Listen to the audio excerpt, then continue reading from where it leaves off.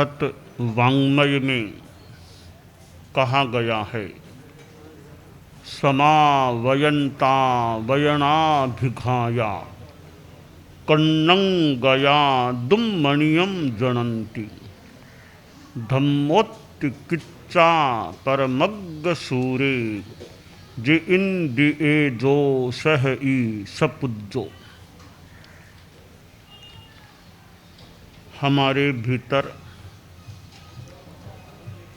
वृत्तियां हैं। गुस्से की वृत्ति भी है, अहंकार की भी है, माया की भी है, लोभ की भी है, राग की है, द्वेष की है, घृणा की है। तो दूसरी ओर अच्छी वृत्तियां भी हैं। हमारे भीतर क्षमा भी है, निरहंकारिता भी है, सरलता भी है, संतोष भी है, वीतरागता भी है, कुछ अंश में वीतरागता भी है, अघृणा प्रमोद भाव भी है। यानी सद्वृत्तियां भी आदमी के भीतर होती हैं और दुर्वृत्तियां भी होती हैं। वृत्ति फिर प्रवृत्ति, भीतर में वृत्ति है, वह जब उभरती है तो आदमी उस प्रकार की प्रवृत्ति भी कर सकता है। हिंसा की वृत्ति भीतर में है तो फिर हिंसा की प्रवृत्ति बाहर में भी हो सकती है। ये जो वृत्तियां हैं, भाव हैं, सद्भाव भी हैं और असद भाव भी हैं। हम असद भावों को अस्तित्वहीन बनाने का और सद्भावों को पुष्ट बनाने का यथासंभवतया प्रयास कर सकते हैं, करना चाहिए, अच्छा है। सामने कोई परिस्थिति आती है तो कई बार हम फिर असहिष्णु भी बन जाते हैं और वह असहिष्णुता मन के स्तर पर भी होती है, फिर वह कई बार वाणी के स्तर पर भी आ जाती है और शारीरिक प्रवृत्ति के स्तर पर भी आ जाती है।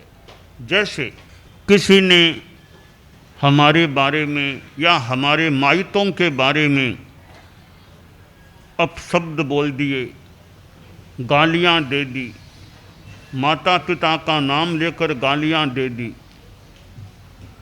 तो आदमी के मन में आक्रोश की भी, मेरे माँ बाप के नाम से गालियां क्यों दी, मन में आक्रोश आ सकता है। तो मन में गुस्सा आ गया, फिर वो सामने वाला और गाली देता है तो इधर वाला फिर वाणी से गुस्से में आकर प्रतिकार कर सकता है और वह आगे बढ़ता है, फिर हाथ उठाना, मारना, थप्पड़ मारना, ऐसा कुछ कर सकता है।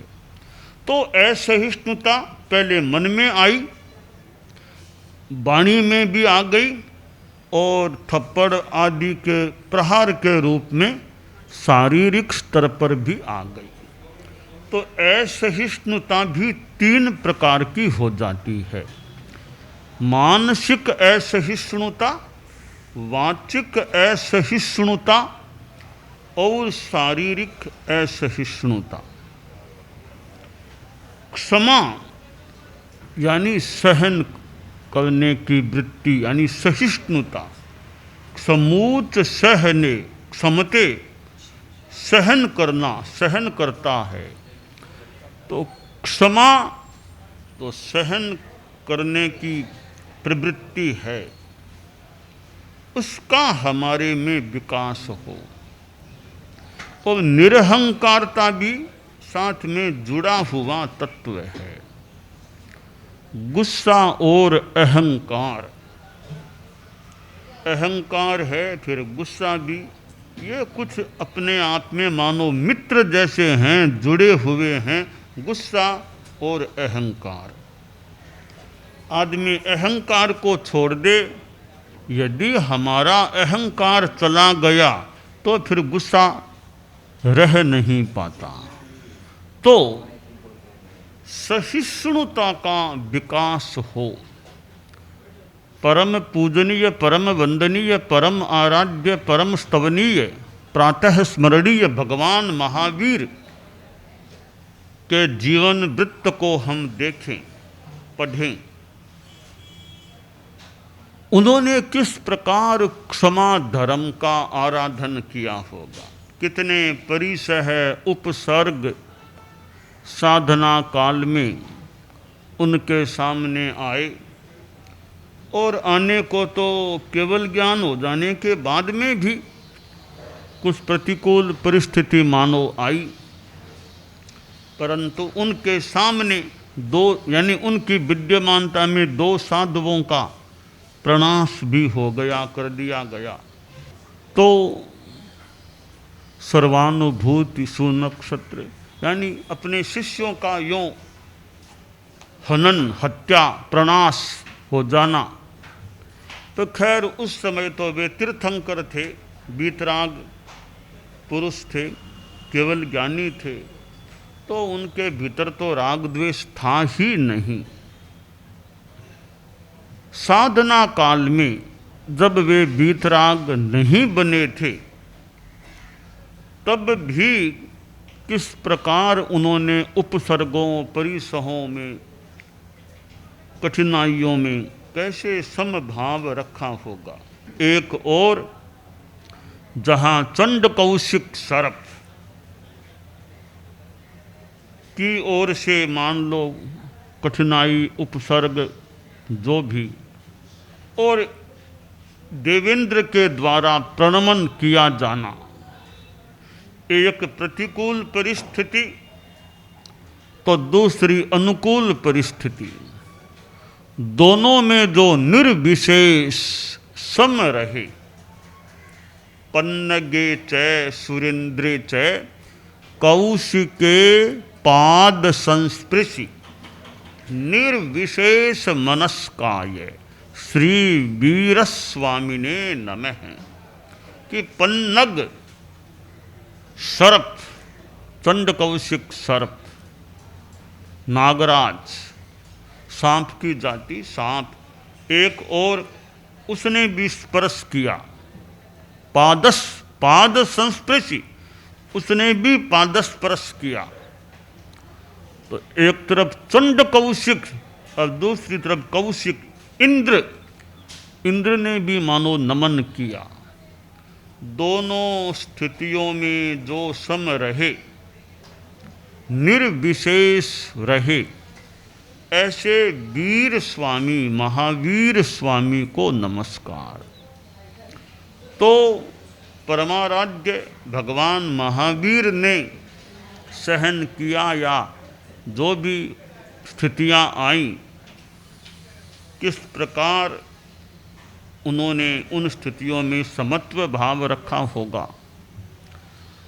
तो हम आचार्य भिक्षु को देखें कि उनके जीवन पर भी ध्यान दें, तो प्रतिकूल परिस्थितियों ने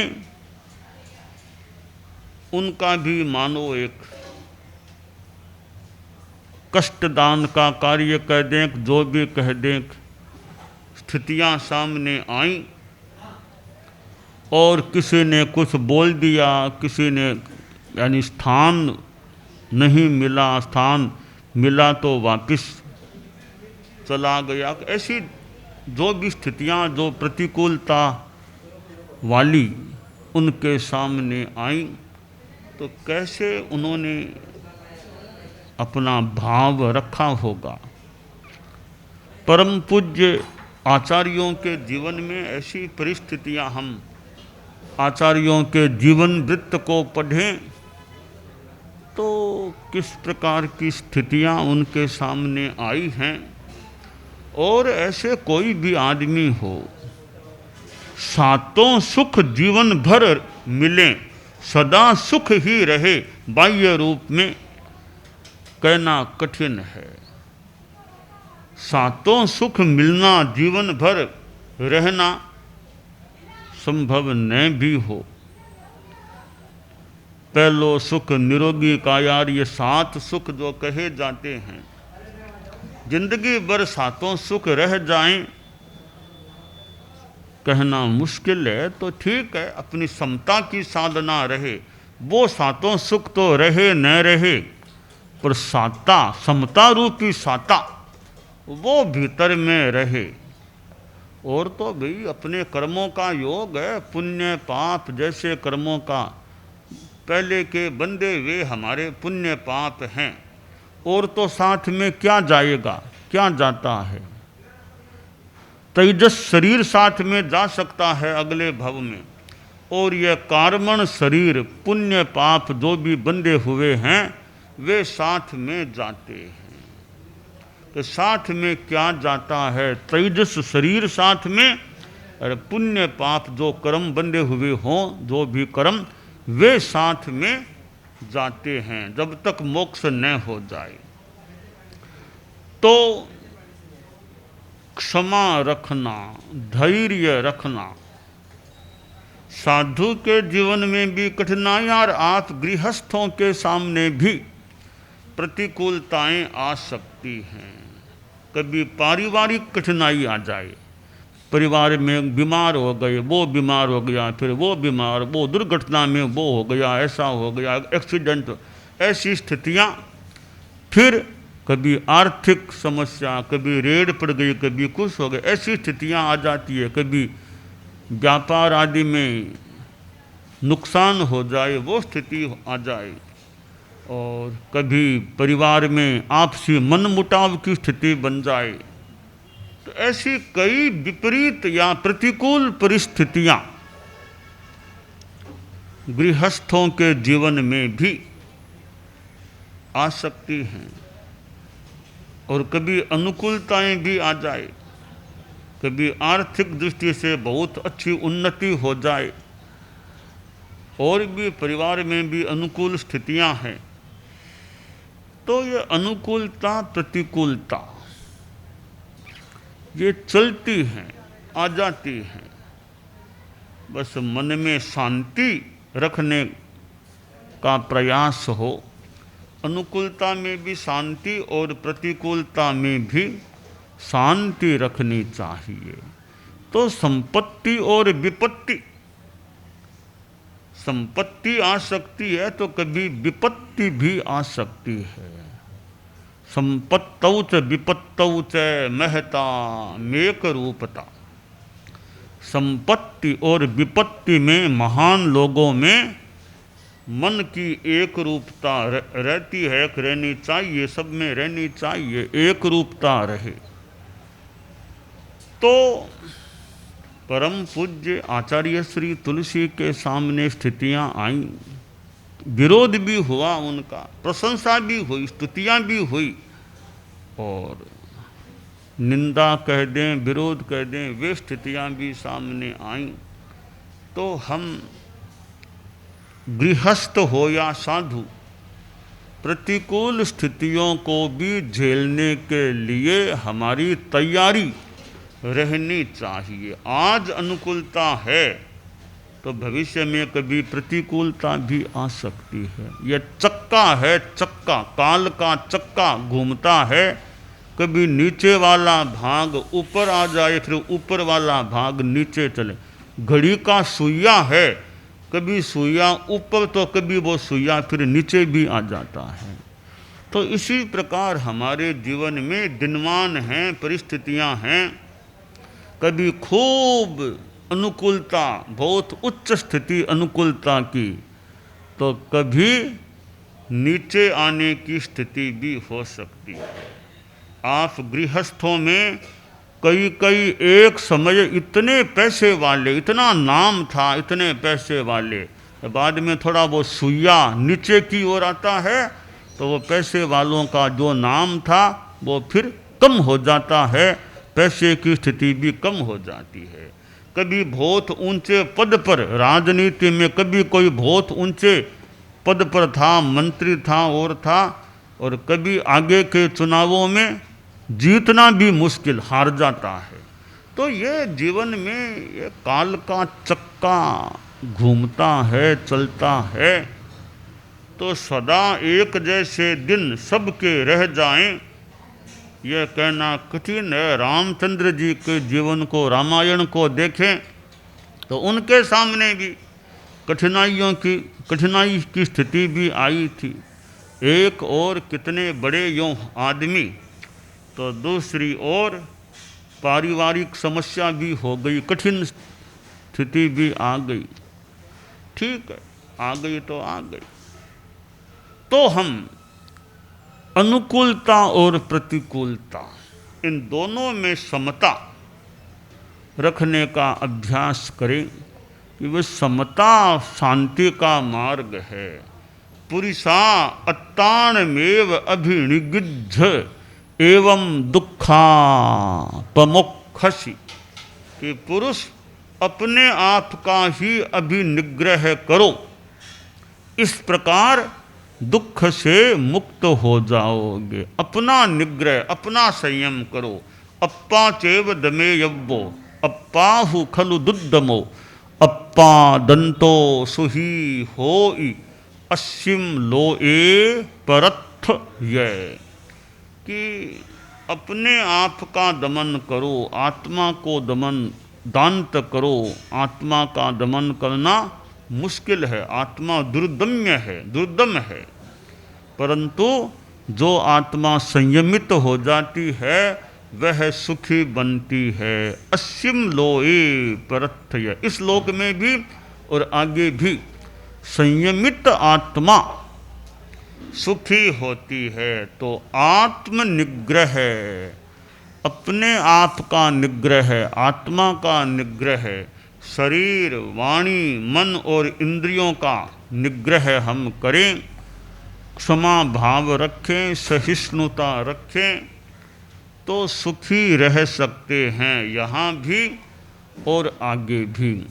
तो शास्त्रों में ये जो वाणियाँ हैं, कल्याणी वाणी, जिन वाणी कह दें, जो भी गुरु वाणी कह दें, गणधर वाणी, जो भी वाणी है, और भी जो रचयिता हैं उनकी वाणी हैं, तो ये वाणियाँ हैं, गुरु वाणी, कल्याणी वाणी।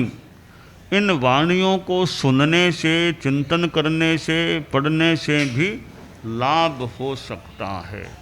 आदमी के लिए ये ग्रंथ हैं, ये वाणियाँ हैं, ये भी मित्र की तरह, किताब है वह भी एक मित्र का काम कर सकती। अच्छी किताब है, अच्छी किताब को पढ़ें तो हमारे में अच्छाई का संचार हो सकता है।